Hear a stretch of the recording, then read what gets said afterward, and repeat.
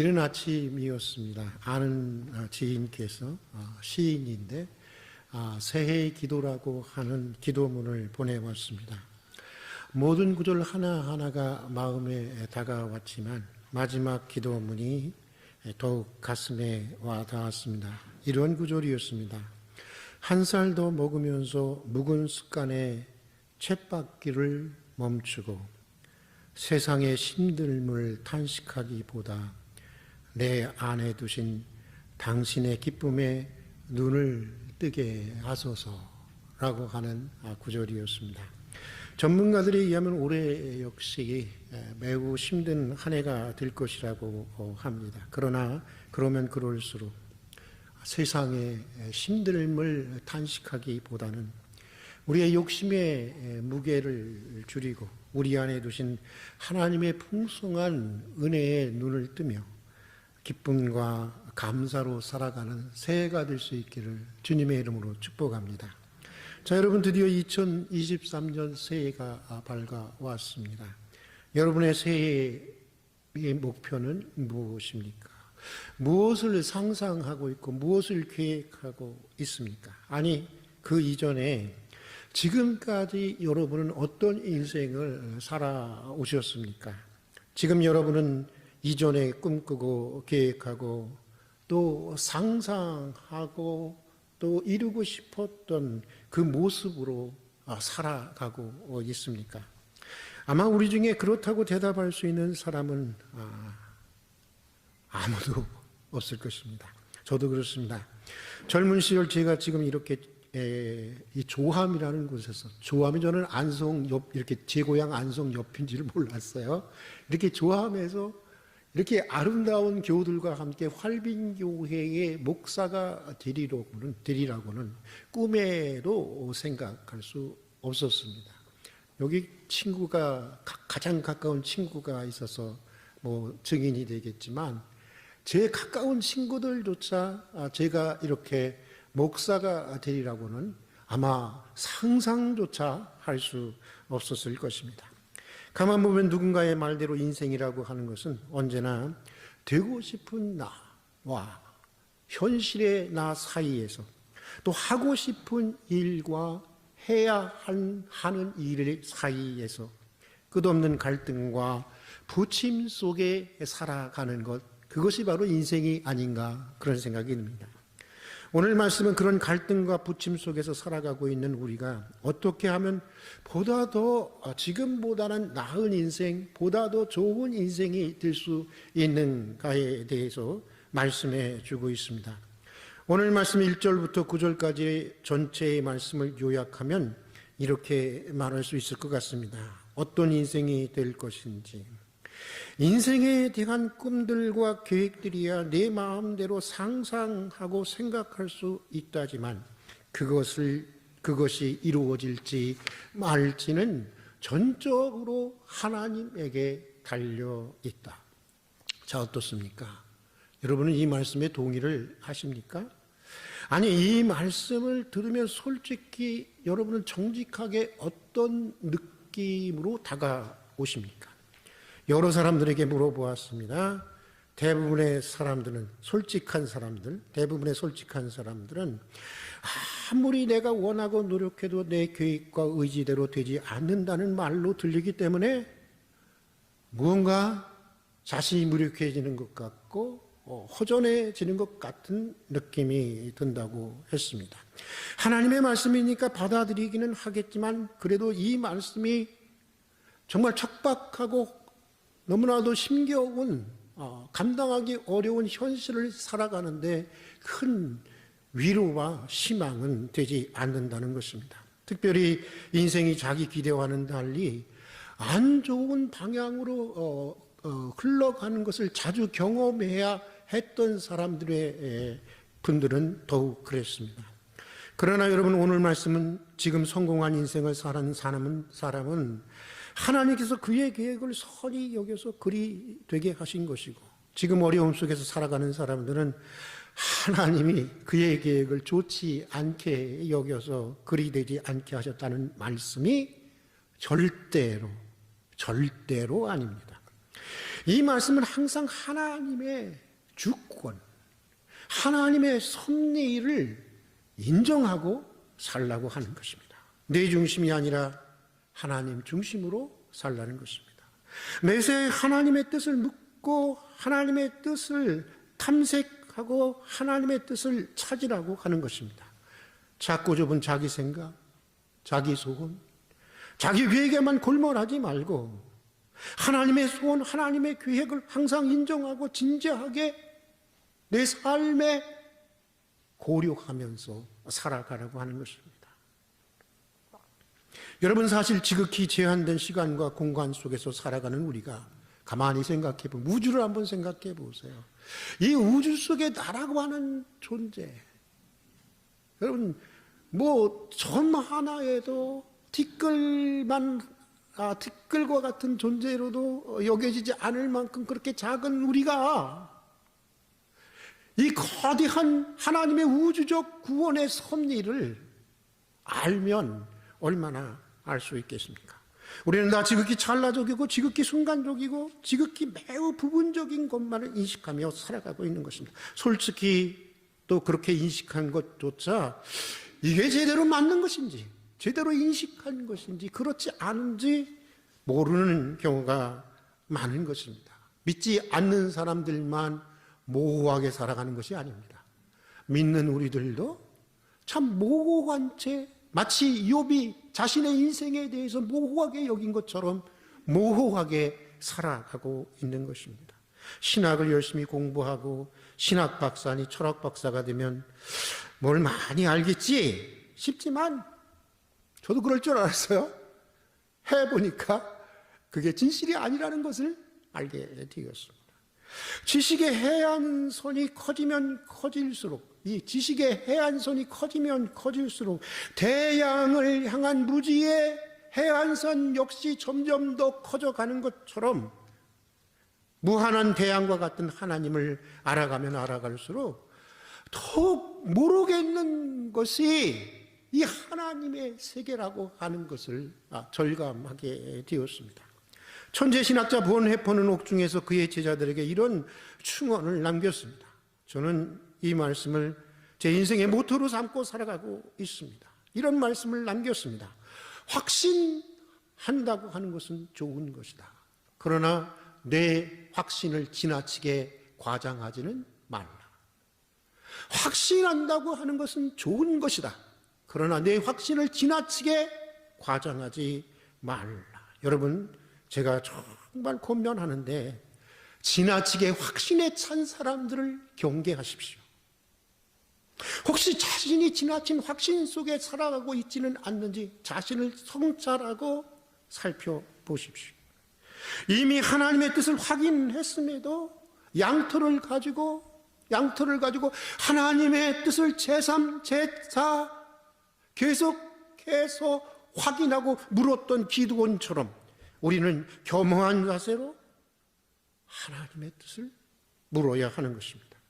자꾸 하나님의 말씀에 자신을 비추어 봐야 하는 것입니다. 우리 인생을 전체적으로 알고 완벽하게 이끌어 가실 수 있는 분은 오직 하나님 한 분이시기 때문인 것입니다. 그러게 오늘 잠언 2절에 보면 이렇게 말씀하고 있습니다. 우리 2절의 말씀을 같이 한번 읽어보겠습니다. 사람의 행위가 자기의 보기에는 깨끗하여도 여호와는 심령을 감찰하시느니라. 우리 다시 한번 읽어보겠습니다. 사람의 행위가 자기가 보기에는 깨끗하더라도 여호와는 심령을 감찰하시나. 여러분은 어떠세요? 여러분 자신을 보면 깨끗하십니까? 아멘이에요? 그래, 너는 깨끗한 것 같아, 내가 보기에. 여러분, 내가 보기에는 내 생각과 행위가 옳은 것 같고 지혜로운 것 같아도 하나님이 보실 때는 다를 수 있다고 하는 것입니다. 이걸 꼭 기억해야 하는 것입니다. 나는 진실하게 살았고 정직하게 살았고 나대로 최선을 다했다. 그건 어디까지나 자기 생각이지 객관적인 것이 아닌 것입니다. 정말 그런지 아닌지는 하나님만이 아시는 것입니다. 내 나름의 생각, 내 나름의 도덕성, 내 나름의 잣대를 가지고 이것이 의인이, 이것이 선인이 함부로 판단하는 것은 매우 위험한 일이고 매우 잘못될 수 있다고 하는 것입니다. 여러분, 이 세상에서 가장 무서운 사람은 단 한 권의 책만 읽은 사람이라고 하지 않습니까? 얄팍한 지식으로부터 나오는 섣부른 확신, 여러분 이걸 내려놔야 하는 것입니다. 항상 신중한 태도로 다양한 의견을 경청해야 하는 것, 특별히 자기와 반대되는 생각에 대해서, 주장에 대해서 경청할 수가 있어야 하는 것입니다. 무엇보다 하나님의 말씀이 성경에 물어야 하고 매 순간 매 순간 성령의 조명을 간절히 기도해야 하는 것입니다. 물론 세상을 살아가다 보면 납득하기 어려운 일들이 참 많이 일어납니다. 악인들이 잘 싸고 오히려 착한 사람들이 어려움을 겪는 세상을 보면서 우리는 종종 도대체 하나님의 종이는 어디에 있는 것인가? 라고 묻게 됩니다.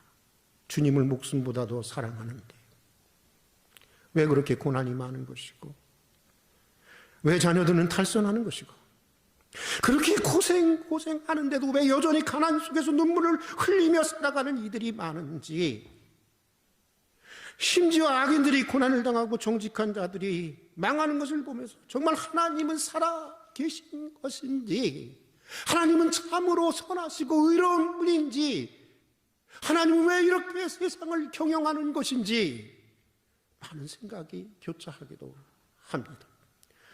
저는 한국의 재벌 회사가 아니라 저는 기업을 매우 소중히 여기는 사람입니다. 기업가들이 애국자라고 생각하는 사람. 한국의 재벌 회사가 아니라 한국의 재벌들, 여야를 막론하고 한국 사회의 정치인들, 그리고 사법부와 검찰, 그리고 고위 공직자들과 언론인들에 대해서 여러분들은 어떻게 생각할지 모르지만 저는 매우 의심하고 항상 경계하는 눈초리로 주시하면서 살아가고 있습니다. 지도자 개인의 비리의 온상과 지도자 개인의 기업이 되고 있는 한국 종교계, 한국 기독교계, 한국 불교계, 한국 종교계에 대해서도 역시 마찬가지입니다. 종종 언제까지 우리 한국 사회가 이렇게 가야 하는가? 왜 다수의 서민들을 위한 나라는 없는 것인가? 여야를 막론하고 왜 그런 정부는 없는 것인가? 왜 소수의 거인들에 의해서 다수의 난장이들의 소박한 꿈들은 여전히 무참히 짓밟히고 있는가? 얼마 전에 조세희 씨가 난장이 가서 올린 작은 공이라고 하는 아주 불후의 명작을 썼던 조세희 씨가 돌아가셨죠.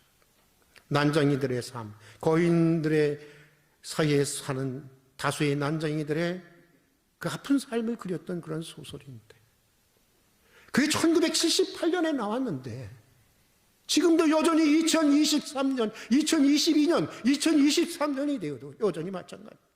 세계 10위권에 진입한 한국 사회 이면에 여전히 내재되어 있는 이런 모순과 부정에 대해서 저는 매우 큰 아쉬움과 분노를 가지고 살아가는 목사입니다. 그러나 여러분, 우리가 조금 더 믿음을 가지고 또 깊이 생각해 보면 이 또한 사람들의 조급한 결정이고 사람들의 짧은 생각일 뿐입니다. 오늘 잠언을 쓴 이스라엘의 지혜자는 우리에게 이렇게 말하고 있습니다. 우리 다 같이 한번 4절과 5절의 말씀을 읽어보겠습니다. 같이 읽겠습니다. 주님께서는 온갖 것을 그 쓰임에 적당하게 지으셨나니 악인도 악한 날에 적당하게 하셨느니라. 물은 마음이 교만한 자를 여호와께서 미워하시나니 피차 손을 잡을지라도 벌을 면치 못하리라. 무슨 말씀일까요? 하나님께서는 악한 일을 쓰시기 위해서 악한 자들을 창조하신 것일까요? 가룟 유다는 하나님이 일부러 악한 일을 위해서 창조하신 인간일까요? 하나님은 자신의 목적을 이루기 위해서 악한 수단을 사용하시는 분이라는 것일까요? 그것은 아닙니다. 여러분, 하나님은 전능하신 분입니다. 믿습니까? 그런데 한 가지는 못하십니다. 뭘 못하실까요? 악을 행하시지는 못하십니다. 실망하셨습니까? 하나님은 하나님 자신 자체가 의이고 하나님 자신 자체가 선이시기 때문에 악을 행하실 수는 없는 것입니다. 그러므로 오늘 이 잠언의 뜻은 하나님께서 악한 일에 쓰기 위해서 악인을 창조하셨다거나 하나님께서 자신의 뜻을 이루기 위해서 악한 수단을 사용하신다는 것을 말하는 것이 아닙니다. 오늘 이 잠언의 뜻은 아무리 하나님을 거역하고 하나님의 일을 방해하는 악인일지라도 하나님의 주권과 하나님의 섭리의 손길에서 벗어날 수 없다고 하는 것을 말하는 것입니다. 시편 말씀에 보면 이런 말씀이 있습니다. 내가 주의 영을 떠나 어디로 가며 주의 앞에서 어디로 피하리까? 내가 하늘에 올라갈지라도 거기 계시냐? 수월에 내 자리를 펼지라도 거기 계시나이다. 내가 새벽 날개를 치며 바다 끝에 거할지라도 거기서도 주의 손이 나를 인도하시며 주의 의로운 오른손이 나를 붙드시리로다. 여러분 좋죠? 어제 제가 뽑은 말씀 카드가 이거였습니다.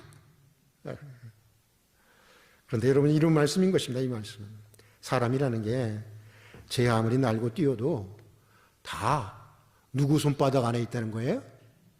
하나님 손바닥 안에 있다는 것입니다. 그러므로 심판할 때가 되면 하나님께서 반드시 심판하신다는 것입니다.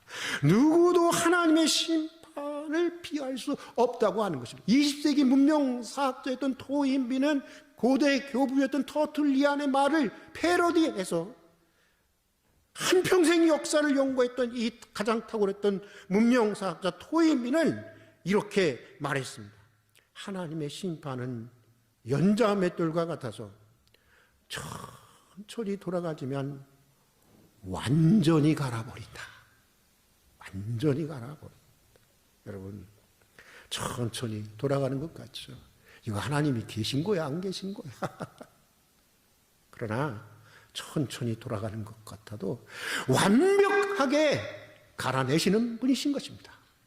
심판할 때가 되면 반드시 심판하시는 분이신 것입니다. 다만 참고 인내하고 제발 좀 돌아오라고 기다리시는 것 뿐인 것입니다. 여러분 세월호, 이번에 이태원 참사, 코로나 바이러스, 요즘에는 뭐 반부 외국 이렇게 뉴스 BBC나 CNN 같은 데 뉴스를 보면 뭐 반부에서 무슨 폭탄인가 그랬더니 기후 폭탄이더라고요. 눈 폭탄. 기상이변? 여러분 이거 하나님이 만드신 겁니까? 어떤 분들은 그런 사람들이 있죠. 왜 하나님이 이런 걸 만들어서 이렇게 사람들을 힘들게 해? 잘못된 생각입니다. 하나님 왜 그걸 만드시고 계시겠습니까? 여러분, 자유의지를 가진 존재로 창조된 인간의 이기적인 욕망이 만들어낸 불행한 사건들인 것입니다. 그러나 이것도 잊지 말아야 하는 것입니다. 하나님은 악한 자들의 어떤 방해나 어떤 불행한 사건들을 통해서도 하나님이 애초에 예정하셨던 하나님의 뜻을 이루어 가실 수 있고 또 이루시는 분이라고 하는 것입니다. 이것이 바로 성경이 얘기하는 하나님의 전능함이고 하나님의 전지하심인 것입니다. 주님의 십자가 사건이 그것을 말해주고 있습니다. 여러분, 하나님이 예수님을 십자가에 매달았습니까? 아니죠. 누가 매달았습니까? 악한 인간들이 주님을 십자가에 매달았습니다. 다만 주님을 그것을 알고 계셨을 뿐인 것입니다. 그러나 여러분, 하나님은 그 악한 사건, 가장 악한 사건을 통해서 오히려 인류를 구원하는 가장 선한 사건으로 바꾸어 주신 것입니다. 요셉의 고백처럼 악을 선으로 바꾸시는 분이 우리 하나님이신 것입니다. 그러므로 여러분 조급하게 생각하지 말아야 하는 것입니다. 짧은 생각으로 함부로 판단하지 말아야 하는 것입니다. 의인이 어려움을 당하고 악인이 잘 되더라도 실망하지 말아야 하는 것입니다. 세상이 변하지 않는다고 저도 때로는 막 그런 생각이 들어요. 이놈의 세상이 변하지 않는다고 말하는, 불평하지 말라고 하는 것입니다. 생각하는 대로 내 인생이 풀리지 않는다고 해서 원망하지 말라고 하는 것입니다. 너는 다만 무엇을 인정하고 하나님의 주권을 인정하고 하나님의 섭리를 신뢰하라고 하는 것입니다. 다만 내가 서 있는 자리에서 매사에 주님의 뜻을 찾고 탐색하고 또 알아낸 그 뜻을 열심히 살아내라는 것입니다. 그러면 주님께서 그 인생의 발걸음을 인도해 주시고 주의 선한 뜻을 온전히 이루어 주신다고 하는 것입니다. 너의 행사를 여호와께 맡기면 내가 경영하는 것이 이루어지리라. 여러분 믿습니까? 이 3절의 말씀도 그것을 말하는 것입니다. 이것은 우리가 주님을 믿고 주님께 맡기기만 하면 그리고 욕심껏 내가 세웠던 모든 계획들이 다 이루어진다고 하는 그런 말씀이 아닌 것입니다. 여러분 맡긴다는 말에는요, 우리 같이 따라서 한번 해봅시다. 봉헌한다, 바친다, 그런 뜻이 있어요. 그러니까 주님께 맡기는 삶이라고 하는 건 어떤 삶이에요? 주님께 드려지는 삶이고 주님께 바쳐지는 삶이고 바울의 용어로 얘기하면 주님께 산 제물로 드려지는 삶, 그것이 바로 주님께 맡기는 삶이라고 하는 것입니다. 우리 찬송가 50장에 보면 내게 있는 모든 것을 주를 위해 드리네. 그게 바로 주님께 맡기는 삶인 것입니다. 여러분 성경이 말하는 그런데 여러분 그리고 오늘 잠언 5절 이하에서 말씀하시는 대로 이 주님께 맡기는 삶이라고 하는 것, 주님께 바치고 봉헌하는 삶이란 무엇이냐? 교만을 버리고 겸손하게 사는 것입니다. 인자한 마음으로 사는 거예요.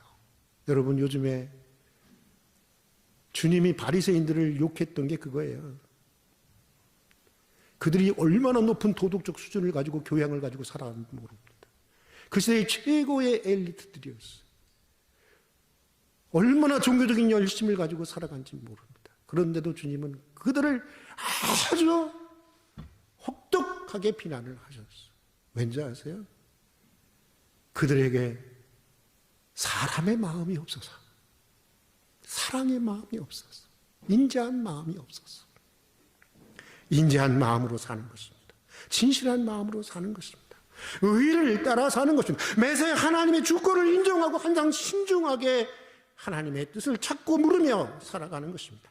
그렇게 살면 주님께서는 우리의 인생의 걸음을 인도하시고 우리가 계획하고 경영하는 것을 우리가 원하는 것보다 지각 밖에 뛰어난 것으로 이루어 주시는 분이신 것입니다. 여러분 성경이 말하는 인생의 성공은 많은 것을 알고 많은 것을 소유하고 많은 명성과 많은 권력을 가지는 것이 아닙니다. 이거 하셔야 돼요. 성경이 말하는 인생의 성공은 우리가 얼마나 하나님의 뜻을 찾아내고 하나님의 찾아낸 그 뜻을 살아내느냐에 있는 것입니다. 설령 많이 배우지 못하고 많은 것을 가지고 있지 못하다 해도 여러분 매사에 하나님의 주권을 인정하고 그 뜻을 따라 살아가려고 노력한다면 그는 제대로 살아가고 있는 사람입니다. 이미 성공의 길에 들어선 사람인 것입니다. 옛 시인의 중국 시인의 말 중에 이런 말이 있습니다. 100년도 채우지 못하는 인생이 1000년의 시름을 품고 사는구나. 자기중심적인 욕심과 야망을 가진 사람들에게는 언제나 쓸데없는 근심들이 많게 되는 것입니다. 정말이지 잠시 머물다 가는 인생을 시름에 잠긴 채 보내지 마십시다. 또 잠깐 있다가 또 가는 이 2023년을 시름에 잠겨서 보내는 새해가 되지 마십시다. 정말이지 잠시 머물다 가는 인생을 시름에 잠긴 채 보내지 마십시다. 매사에 하나님의 주권을 인정하고 주님의 뜻을 묻고 어떻게 하든지 그 뜻을 살아내십시다. 하나님이 부르시는 그날까지, 오늘일지 내일일지 모르겠죠. 하나님이 부르시는 그날까지 주님이 허락한 내 삶의 자리에서 주님이 허락한 내 인생의 분목을 사랑하고 최고로 소중히 여기고 감사하며 성실하게 살아내십시다. 이기적인 욕심을 비우고 하나님의 뜻이라고 하는 진실의 등불을 하나 밝혀들고 살 수 있는 그런 새해가 될 수 있기를 주님의 이름으로 축복합니다. 같이 기도하겠습니다. 새로운 한 해가 시작되었습니다. 매사에 하나님의 주권을 인정하고 매사에 주의 뜻을 찾고 또 매사에 그 찾아낸 주의 뜻을 성실히 살아내는 새해가 되게 해 주시옵소서. 오늘 내게 허락하신 삶의 자리에서 내게 주신 인생의 품목을 사랑하고 또 가장 소중히 여기며 감사하고 성실하게 살아내는 새해가 되게 하여 주시옵소서. 올 한 해도 주님의 뜻이라고 하는 진실의 등불 하나 밝혀드는 마음으로 살아가게 해 주시옵소서. 예수님 이름으로 기도드립니다. 아멘.